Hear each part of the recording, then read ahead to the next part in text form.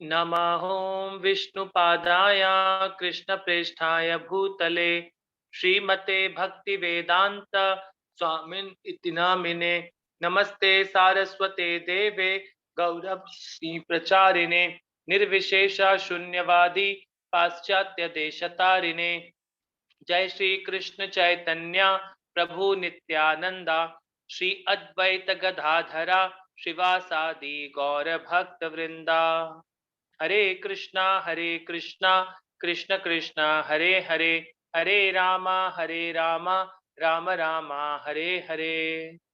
ओम नमो भगवते वासुदेवाय, ओम नमो भगवते वासुदेवाय, ओम नमो भगवते वासुदेवाय।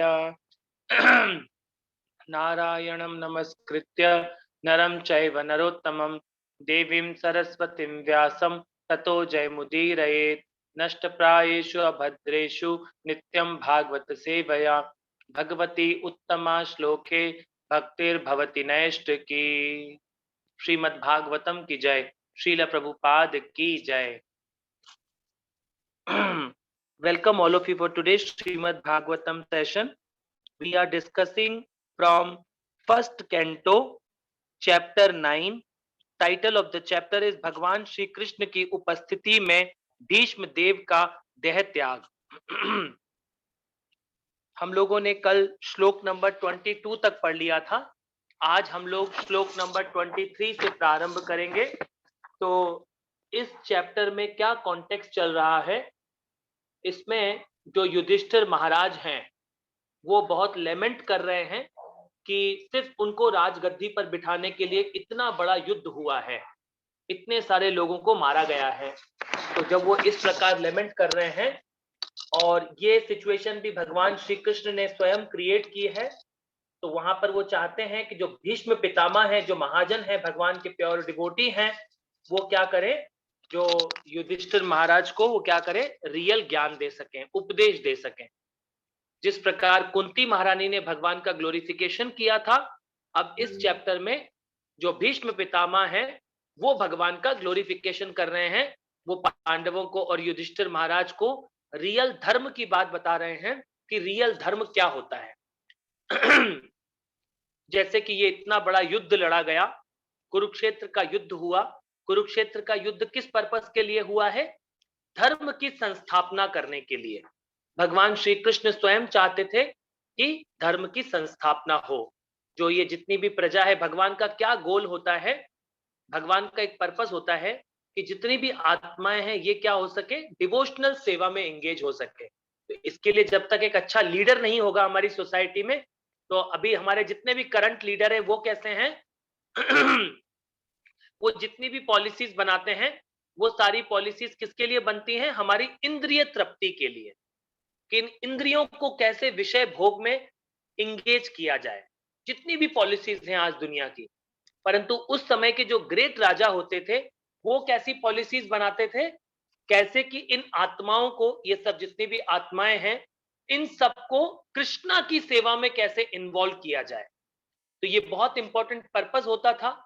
इसीलिए हमारा जो भी एक्शन करते हैं हमारे जीवन में क्योंकि हमें पता होना चाहिए, ये जो हमारा मिट्टी का बॉडी है, ये भी बॉडी किसने दिया है हमें? ये मिट्टी का बॉडी भी भगवान का है, और हम जो आत्मा है वो भी भगवान का है। और ये जितना भी पूरा संसार है, मिट्टी का संसार है, ये सब कुछ भगवान का है। तो जब इस मिट्टी के शरीर को, जो आप अपने आप को शरीर समझ बैठे हैं, जब इस मिट्टी के शरीर को आप कृष्णा की सेवा में लगाते हैं, सिंसियरली भगवान की सेवा में जब आप इस मिट्टी के शरीर को लगाएंगे, तो भगवान क्या होते हैं? बहुत खुश होते हैं। क्योंकि हमारे हर एक्शन का क्या गोल होना चाहिए? भागवतम में क्या लिखा है? संसिद्धि हरितोषणम। मतलब हमारा हर कार्य किसके लिए होना चाहिए? भगवान के सेटिस्फैक्शन के लिए होना चाहिए, कि हम कृष्णा को कैसे प्लीज कर सकते हैं हमारे हर एक्शन से। इस प्रकार हमारे कार्य होने चाहिए। तो यहां पर युधिष्ठिर महाराज लेमेंट कर रहे हैं और उनको अब भीष्म पितामह रियल नॉलेज दे रहे हैं। तो हमने कल श्लोक नंबर 22 तक पढ़ा था। कल के लास्ट श्लोक में उन्होंने बोला है, श्लोक नंबर 22 में वो बोल रहे हैं सबों पर समान रूप से दयालु होते हुए भी वे अब कृपा पूर्वक मेरे समक्ष आए हैं जब मैं मेरे जीवन का अंत कर रहा हूं, क्योंकि मैं उनका अनन्य सेवक हूं। तो भीष्म पितामह क्या बोल रहे हैं कि मैं उनका अनन्य सेवक हूं, और ये जो सुप्रीम भगवान है ये सब कुछ क्रिएट करते हैं, तो वो अपने भक्त ने, क्योंकि भीष्म पितामह को एक वरदान था, उनको क्या वरदान था, उनको इच्छा मृत्यु का वरदान था कि वो जब चाहेंगे अपने शरीर को छोड़ेंगे। तो अब भीष्म पितामह ने प्लान किया है कि मुझे अब शरीर छोड़ना है, और भागवतम में कंडीशन है, अंत काले च माम एवा स्मरण मुक्त्वा कलेवरन, मृत्यु के समय आप जो याद करते हैं आपको नेक्स्ट शरीर वैसा दे दिया जाता है। तो अगर आप मृत्यु के समय कृष्ण को याद कर पाएंगे, मृत्यु जब आपकी डेथ आने वाली है, काल आपके सामने आके खड़ा हो गया है, अगर उस समय आप कृष्णा को याद कर पाएंगे तो क्या हो जाते हैं, हम भगवान के पास वापस, हम कृष्णा कॉन्शियस होकर भगवान की सेवा में हम लोग पहुंच जाते हैं। तो ये बहुत स्पेशल कंडीशन रखी है भगवान ने। तो भीष्म पितामह बता रहे हैं ये जो कृष्णा है, क्योंकि मैं उनका अनन्य सेवक हूं, इसीलिए भगवान ने क्या किया है, मुझे ब्लेस करने के लिए वो मेरे सामने उपस्थित हुए हैं। अब हम श्लोक नंबर 23 पढ़ते हैं। श्लोक नंबर 23 का परपोर्ट पढ़ने के लिए मेरे साथ आ जाइए। बहुत सुंदर परपोर्ट है इसका, मेरे साथ पढ़ेंगे।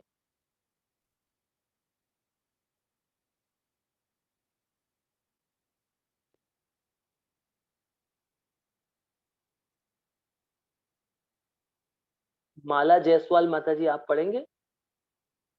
माला जायसवाल माता जी को अनम्यूट करो तो। महेश। हरे कृष्णा प्रभु जी, पढ़ूंगी। अच्छा जी माता जी, ठीक। देखिए अब इसमें क्या बोल रहे हैं वो, भक्त्यावेश्य मनो यस्मिन् वाचा यत्राम कीर्तयन् त्यजन् कलेवरम योगी मुच्यते काम कर्म भी। बोल रहे हैं वो पुरुषोत्तम भगवान जो एकाग्र भक्ति तथा चिंतन से एवं पवित्र नाम के कीर्तन से भक्तों के मन में प्रकट होते हैं, वे उन भक्तों को उनके द्वारा भौतिक शरीर को छोड़ते समय सकाम कर्मों के बंधन से मुक्त कर देते हैं। तो ये जो भीष्म पितामह हैं, तीरों की शैया पर लेटे हुए हैं, ये सिचुएशन भी उनके साथ भगवान ने ही क्रिएट की है, क्योंकि जब तक परमात्मा सैंक्शन नहीं करते तो इस दुनिया में पत्ता भी नहीं हिलता। आज वो सुप्रीम भगवान के जो परम डिवोटी हैं, ये प्योर वैष्णव है ना भीष्म पितामह, और वो किस पर लेटे हुए हैं, तीरों की शैया पर लेटे हुए हैं। वो क्या बोल रहे हैं अब उनसे, युधिष्ठिर महाराज से, वो पूर्ण पुरुषोत्तम भगवान जो एकाग्र भक्ति तथा चिंतन से एवं पवित्र नाम के कीर्तन से भक्तों के मन में प्रकट होते हैं। तो ये जो आप भगवान का नाम जप करते हैं, हरे कृष्ण कृष्ण कृष्ण हरे हरे, हरे राम राम राम हरे हरे, तो ये कलयुग में एक ही तरीका है जिससे आप कृष्ण के साथ अपना संबंध स्थापित कर सकते हैं, और कोई तरीका नहीं बचा है। क्योंकि इस कलयुग में भगवान कैसे प्रकट हुए हैं, नाम के रूप में। स्वयं जो भगवान श्री कृष्ण हैं वो स्वयं नाम के रूप में अवतरित हुए, नाम प्रभु है ये। तो जब आप इस नाम प्रभु की बहुत अटेंटिव के साथ देखिए, जब कैसे करना है, सबसे पहला होता है अटेंशन देना भगवान के नाम को, बहुत केयरफुली हर एक वर्ड को ध्यान से बोलना है, ध्यान से सुनना है। आप में से बहुत सारे भक्त हैं जो क्या करते हैं, हरे कृष्ण कृष्ण राम राम राम हरे हरे, ऐसे जप करते हैं। ऐसे नहीं करना है, भगवान का बिल्कुल सम्मान के साथ, सुप्रीम भगवान है वो, तो पूरे 16 अक्षर ध्यान से बोलने, हर वर्ड को, हरे कृष्ण कृष्ण कृष्ण हरे हरे, हरे राम राम राम हरे हरे, और अनइंटरप्टेड इसको सुनना है, हर एक वर्ड को कंटिन्यूसली सुनना है। उसको बोलते हैं सोलफुल जपा। अभी तो हम क्या कर रहे हैं, माइंड लेस जप करते हैं, हमारा माइंड भी नहीं लगता जप करने में। जब आप एकाग्रचित होके करेंगे तो फिर क्या होगा, ये माइंडफुल जप होता है, आपका माइंड जप में लगने लगेगा। धीरे धीरे आप इसके एडिक्टेड हो जाएंगे जप करने के, जब आप डेली करेंगे ध्यान से। फिर क्या होता है, धीरे धीरे हार्ट से जप होता है और फिर हमारा सोलफुल आत्मा से जप करती है। उसके लिए कंडीशन क्या है, हम टाइम पे सोएं, प्रॉपरली टाइम पे भोजन करें, और साथ में क्या करें, हम इसको अनइंटरप्टेड हर एक वर्ड को, क्योंकि हमें भगवान की भावना पता होनी चाहिए कि सुप्रीम भगवान हमारे टंग पे डांस कर रहे हैं, तो हमें उनको कितना एकाग्र के साथ हमें जप करना चाहिए। तो इसीलिए क्या प्रयास करना चाहिए कि हम जब सुबह उठते हैं, सुबह जब आप 4 बजे उठते हैं, उसी समय तुरंत नहा के हमारा पहला काम क्या करना है, हमें 16 माला हरे कृष्ण मंत्र का जप करना है। तो यहाँ पर वो भीष्म पितामह बोल रहे हैं, कीर्तन से भक्तों के मन में प्रकट होते हैं, वे उन भक्तों को उनके द्वारा भौतिक शरीर को छोड़ते समय सकाम कर्मों के बंधन से मुक्त कर देते हैं।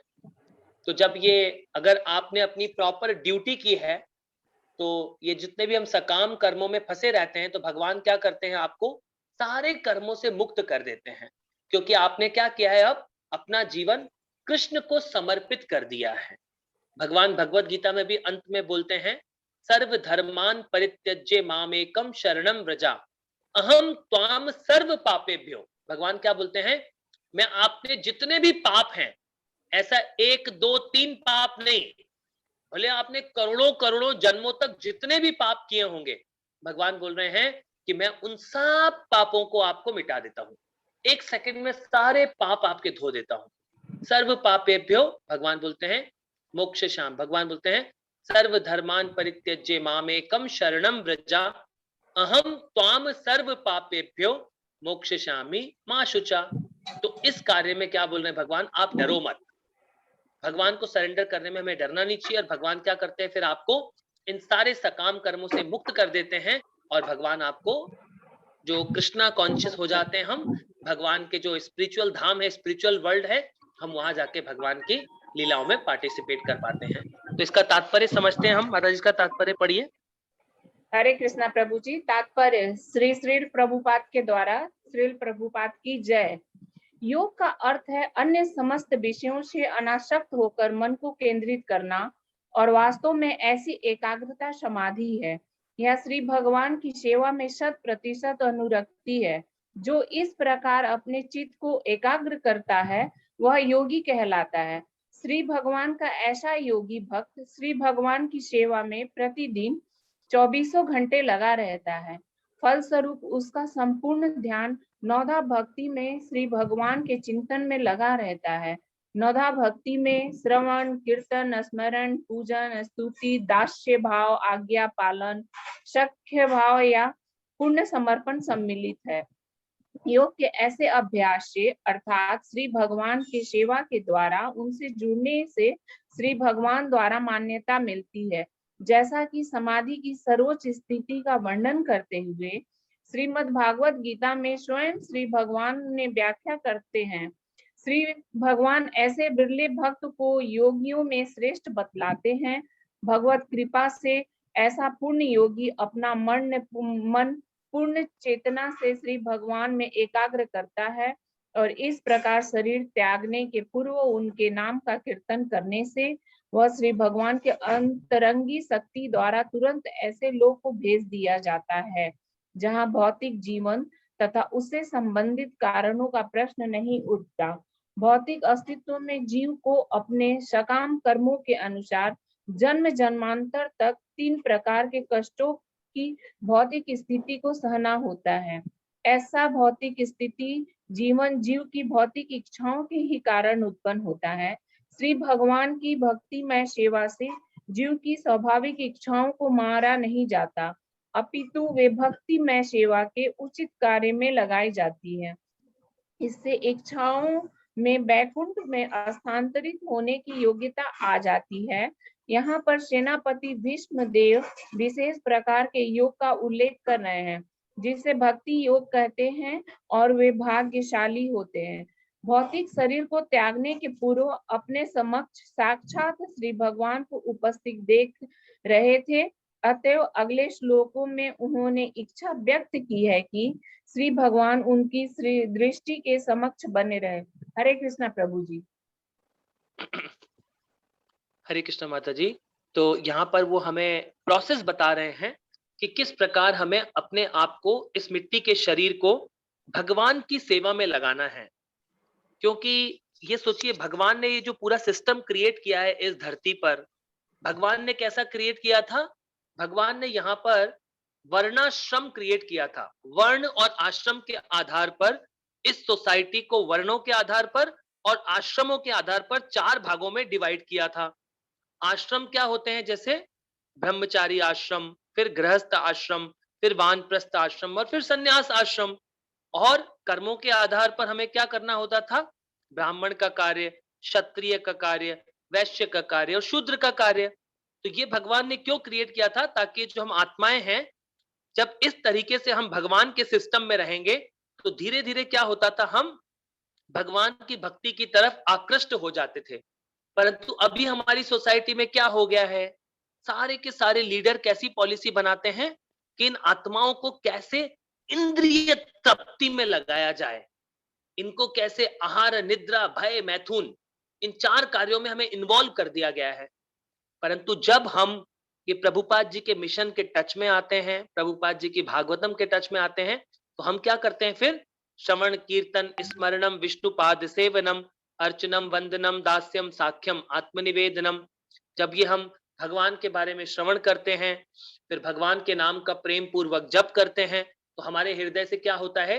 जितने भी अभद्रास भरे हुए हैं, जितनी भी गंदगी भरी हुई है, ये जिस मिट्टी के शरीर को हम अपना समझ बैठे हैं कि ये मेरा है, और एक्चुअली ये भगवान का है। आप भी भगवान के हो और ये भौतिक संसार भी भगवान का है। तो जब आप इसको कृष्णा की सेवा में लगाते हो, इस मटेरियल बॉडी को, जितना ज्यादा हार्डवर्क करेंगे आप भगवान की सेवा के लिए, उतना जल्दी आप प्यूरिफाई हो जाएंगे और इस भौतिक संसार से आप निकल पाएंगे। भगवान क्या बता रहे हैं यहाँ पर?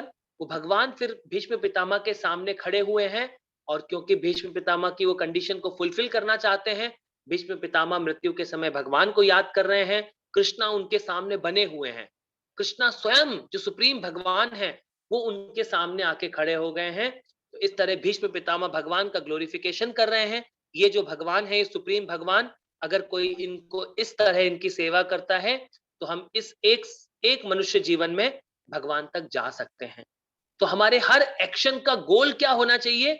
कैसे हम कृष्णा को सेटिस्फाई करें। हम क्या करते हैं हमारे जीवन में? हमारे एक्शन से हम दूसरे लोगों को सेटिस्फाई करने में लगे हुए हैं कि पति को कैसे सेटिस्फाई करें, ये लोगों को कैसे सेटिस्फाई करें। हम कभी पुलिस के पीछे भागते रहते हैं, कभी एडवोकेट के पीछे भागते रहते हैं। हम इन सब दुनिया में दूसरे दूसरे लोगों को सेटिस्फाई करने में लगे हुए हैं। परंतु हमारा हर एक्शन कैसे होना चाहिए? हम कृष्णा को कैसे सेटिस्फाई करें। जब हम प्रभुपाद के कहना मानकर, प्रभुपाद ने जो रूल्स एंड रेगुलेशन दिए हैं, 4 नियमों का पालन, no meat eating, no intoxication, no gambling and no illicit sex, ये 4 प्रकार के कार्य नहीं करने हैं, और 16 माला का भगवान का नाम अच्छे से जप करना है। इस तरह जब हम प्रॉपरली फॉलो करते हैं, तो क्या हो जाते हैं? ये कंडीशन हमारे साथ भी आ जाएगी, जो यहाँ पर भीष्म पितामह युधिष्ठिर महाराज को बता रहे हैं। हम अगले श्लोक पर आते हैं, जो कि है श्लोक नंबर 24। श्लोक नंबर 24 का तात्पर्य पढ़ने के लिए मेरे साथ आ जाइए। श्लोक नंबर 24 का तात्पर्य मेरे साथ पढ़ेंगे।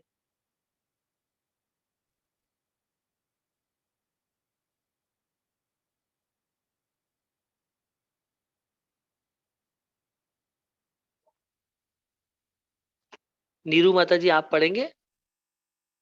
नीरू नीरू माता जी।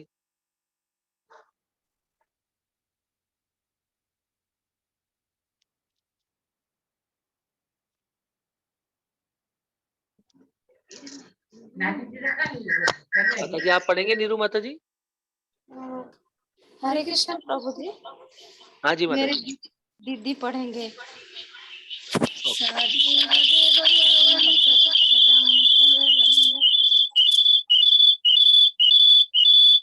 माता जी, आपके बहुत डिस्टर्ब हो रहा है। बहुत सुंदर श्लोक है इसमें। अब वो बोल रहे हैं भीष्म पितामह, सदेव देवो भगवान प्रतीक्षताम कलेवरम यवदिदम हिन्नो म्याहम प्रसन्न हासा ऋणा लोचनो लास न मुखाम्भुजो ध्याना पथ्या चतुर्भुजः।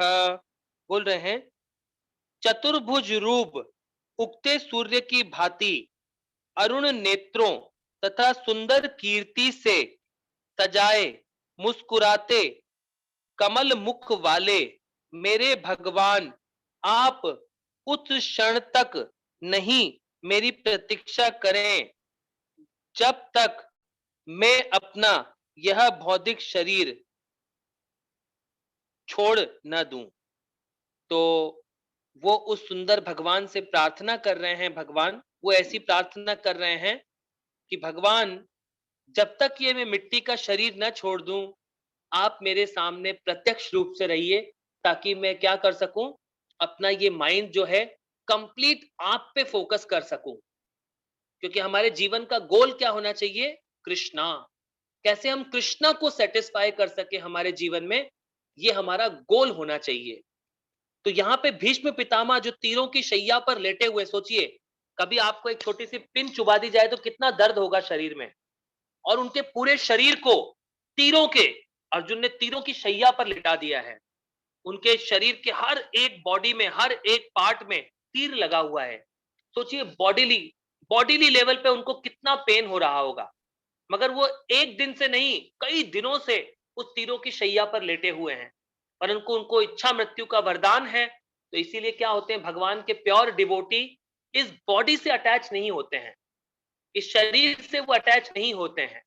तो सोचिए उनको, मान लीजिए कोई आपको एक छोटा सा चाकू मारे, यहाँ पर एक यूं मार दे कोई एक नोकीली चीज को, आपको कितना दर्द होगा। तो ऐसे भीष्म पितामह को तीरों की शैया पर लेटाया हुआ है और पूरे शरीर से ब्लड निकल रहा है, उस कंडीशन में वो लेटे हुए हैं, और फिर भी वो क्या कर रहे हैं, भगवान से इस तरीके की प्रार्थना कर रहे हैं कि भगवान आप मेरे सामने रहिए, ताकि मैं आपको क्या कर सकूं। नहीं तो ये बॉडी होता है ना, मान लीजिए जब हमारे साथ ये सिचुएशन आएगी, क्योंकि हम तो क्या है, भगवान के प्योर डिवोटी नहीं है, हम तो क्या है, इस बौद्धिक लेवल पे सारे कार्यों को कर रहे हैं। जितने भी हमारे कार्य हैं वो किस लेवल पे हो रहे हैं, बौद्धिक लेवल पे हो रहे हैं।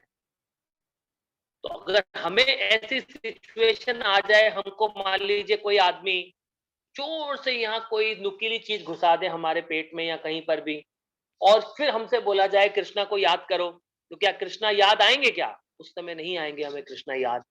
तो जब हमारी मृत्यु आती है, इस शरीर में जितना भी पित्त कफ वायु होता है, वो पूरा इस बॉडी में क्या डिस्टर्ब हो जाता है, अंदर से आपके सारे बॉडी पार्ट क्या हो जाते हैं, डिस्टर्ब हो जाते हैं। ये किडनी फंक्शन करना बंद कर देती है, ये हार्ट फंक्शन करना बंद कर देता है, जो हमारी ब्लड में वेन्स है वो बहना बंद कर देता है।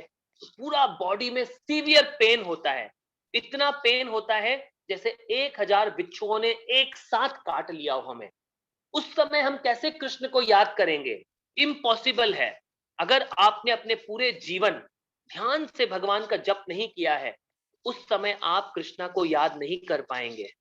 तो भीष्म पितामह यहाँ क्या बोल रहे हैं कि भगवान आप हमारे लिए क्या करिए, भगवान आप मेरे सामने ही खड़े रहिए, ताकि मैं क्या कर सकूं, शरीर छोड़ते समय आपको याद कर सकूं, और ये पूरी दुनिया देख सके कि भगवान कितने दयालु हैं अपने भक्तों के लिए, कि आप अपने भक्तों के लिए स्वयं प्रकट होते हैं। तो इसका हम तात्पर्य पढ़ते हैं। माता जी आप इसका तात्पर्य पढ़िए।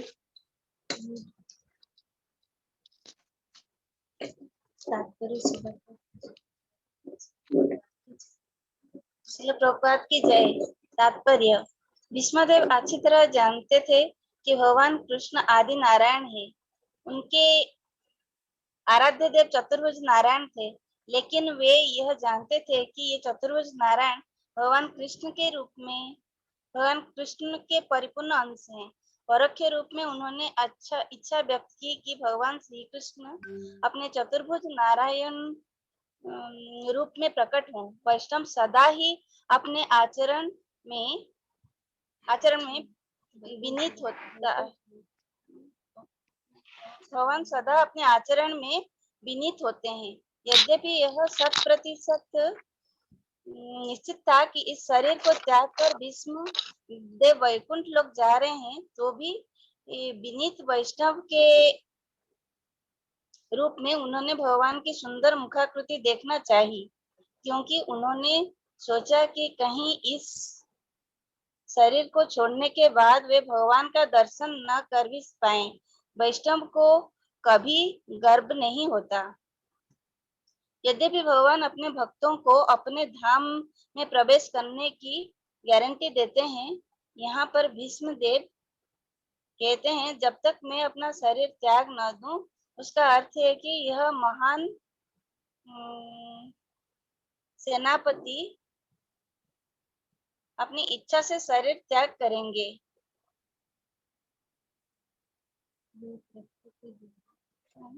शरीर त्याग वे प्रकृति द्वारा बाध्य नहीं है।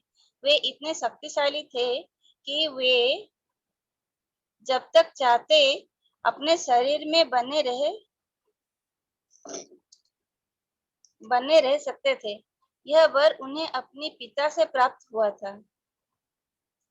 उनकी इच्छा थी कि भगवान अपने चतुर्भुज नारायण रूप में उनके समक्ष रहें, जिससे वे उनका ध्यान कर सकें और समाधि दशा को प्राप्त हो लें।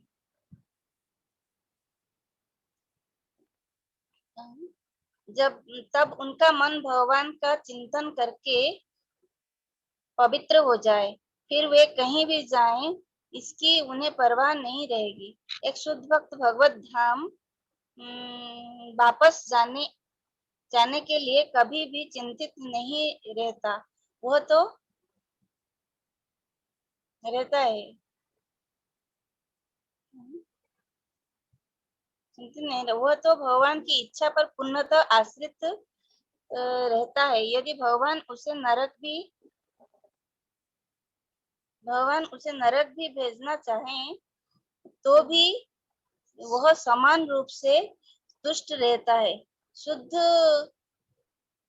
भक्त की तो एक ही इच्छा थी कि उनका मन भगवान के चिंतन में लीन रहे, और वे इसी तरह विष्णुदेव की इसी तरह भक्त की तो एक ही इच्छा थी कि वह भगवान की चरण कमलों का चिंतन करता रहे। विष्णुदेव की इतनी ही इच्छा थी कि उनका मन भगवान के चिंतन में लीन रहे, और वे इसी तरह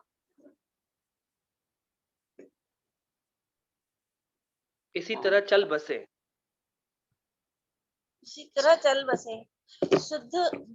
शुद्ध भक्त की सर्वोच्च अभिलाषा यही होती है। हरे कृष्ण प्रभु जी। हरे कृष्ण माता जी, आपका बहुत बहुत धन्यवाद। अब देखिए यहाँ पर बहुत सुंदर बता रहे हैं, क्योंकि जो भगवान के वैष्णव होते हैं, भगवान के परम भक्त होते हैं, वो हर सिचुएशन में क्या करते हैं कि भगवान आप भले हमें मार दें, भगवान आप हमें किस भी कंडीशन में रखें, मगर आप हमें रखिए आपकी सेवा में। तो जो भगवान के सारे पांडव थे, इवन तो उनको कितनी तकलीफ आई, फिर भी अर्जुन क्या करता था, अर्जुन ने हमेशा भगवान को अपने साथ रखा।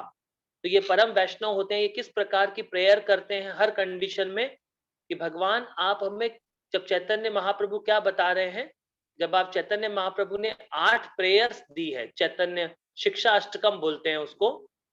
अगर उस शिक्षा अष्टकम को आप ध्यान से पढ़ेंगे तो चैतन्य महाप्रभु बता रहे हैं कि जो भगवान के वैष्णव होते हैं वो कैसे होते हैं, बहुत हम्बल होते हैं, बहुत विनीत भाव होता है भक्तों का।